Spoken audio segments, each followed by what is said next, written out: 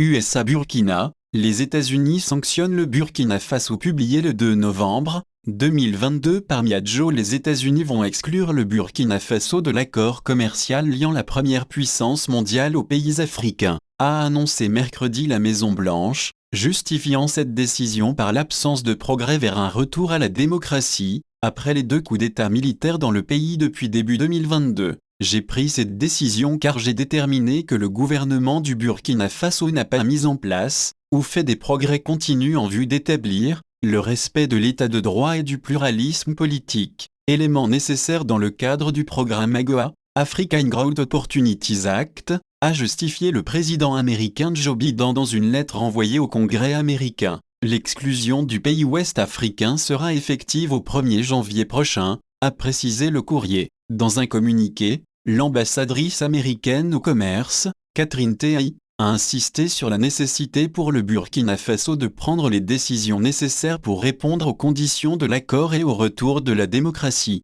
Je vais fournir au Burkina Faso une feuille de route claire leur permettant de réintégrer le programme et notre administration va travailler avec eux afin d'y parvenir, a ajouté Madame Tai. L'AGOA, mise en place en 2000 et dont la liste des pays bénéficiaires est révisée tous les ans, établit une coopération économique et commerciale avec le continent africain. Il facilite les exportations africaines vers les États-Unis pour soutenir le développement économique. Dans le cadre de cet accord, des milliers de produits africains peuvent bénéficier de réductions de taxes à l'importation, sous réserve cependant de conditions remplies concernant notamment les droits humains, la bonne gouvernance ou la protection des travailleurs. En début d'année, les États-Unis avaient exclu 3 autres pays du programme, l'Éthiopie, le Mali et la Guinée, en estimant également que les actions prises par ces 3 gouvernements en violaient les principes.